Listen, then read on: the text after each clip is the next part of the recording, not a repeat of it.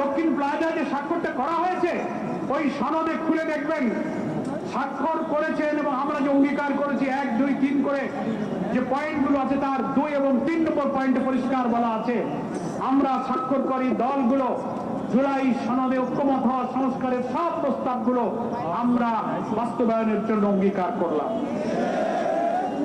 সংবিধান সংস্কার আদেশ হয়েছে, সেই অনুযায়ী গণভোটে কোটি কোটি মানুষ ভোট দিয়ে হাঁকে জয়যুক্ত করেছে। আমি সেই গণভোটকে উপেক্ষা করার জন্য কৌশলের আশ্রয় নিয়ে আদালতে রিট করে আপনি আদালতের গাড়ি বন্দুক রেখে জনগণের রায়কে আপনি ফায়ার করার চেষ্টা করছেন। কেন আপনি সেই পথে চলে গেছেন? এখন আপনি পার্লামেন্টে এসে বলবেন ব্যাপারটা সাবজুডিস, তাই এখন আর আলোচনা হবে না, জুলাই সনদকে আপনি ঝুলিয়ে দেবেন। এসব নাটক তো আমরা বুঝি, অথচ জুলাই সনদে 48টি সাংবিধানিক গুরুত্বপূর্ণ বিষয় আমরা পরিবর্তন করেছি। আপনার নট অফ ডিসেন্ট আছে, কিন্তু গণভোটে যখন অনুমতি হয়ে গেছে সেটা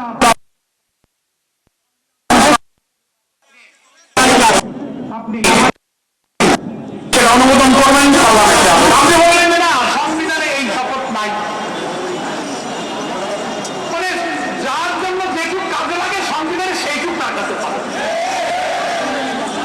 সংবিধানে শপথ নেই, সংবিধানে কি নির্বাচনটা ছিল? সংবিধানে অন্তর্বর্তীকালীন সরকার ছিল?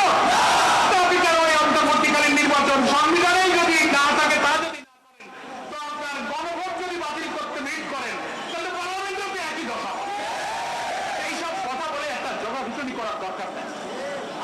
নিয়ন্ত্রণ এটা আগেও দেখেছি, সেই জায়গা থেকে সরার জন্যই তো আমরা এত সংস্কার করেছি। জুডিশিয়ারিকে করেছি, কনস্টিটিউশনে করেছি, সিভিল অ্যাডমিনিস্ট্রেশনে করেছি, পুলিশ অ্যাডমিনিস্ট্রেশন করেছি।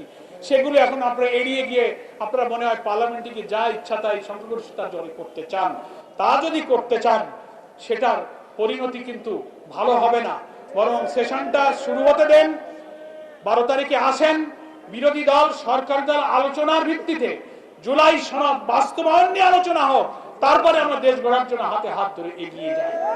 এর আগে আর কোনো বিশৃঙ্খলা যেন তৈরি না হয়। আমরা সর্বশেষে সরকার এবং দেশের জুডিশিয়ারি বিচার বিভাগে যারা আছেন, সৈয়দা রেজওয়ানা হাসানের এই বক্তব্যটাকে আপনি পরীক্ষা করুন, এই অভিযোগের ব্যাপারে তাকে জিজ্ঞাসাবাদের মুখোমুখি করুন, জাতির সামনে আসল সত্যকে পরিষ্কার করুন। এই দাবিতে এখন বিক্ষোভ মিছিল হবে। আমি আমার নেতা কর্মীদেরকে অনুরোধ করব, মিছিলে কোন রকম উস্কানি, এই বিক্ষোভ মিছিল আমরা পল্টন মোড় হয়ে, আমরা বিজয়নগর হয়ে কাকরাইলের দিকে গিয়ে শেষ করব।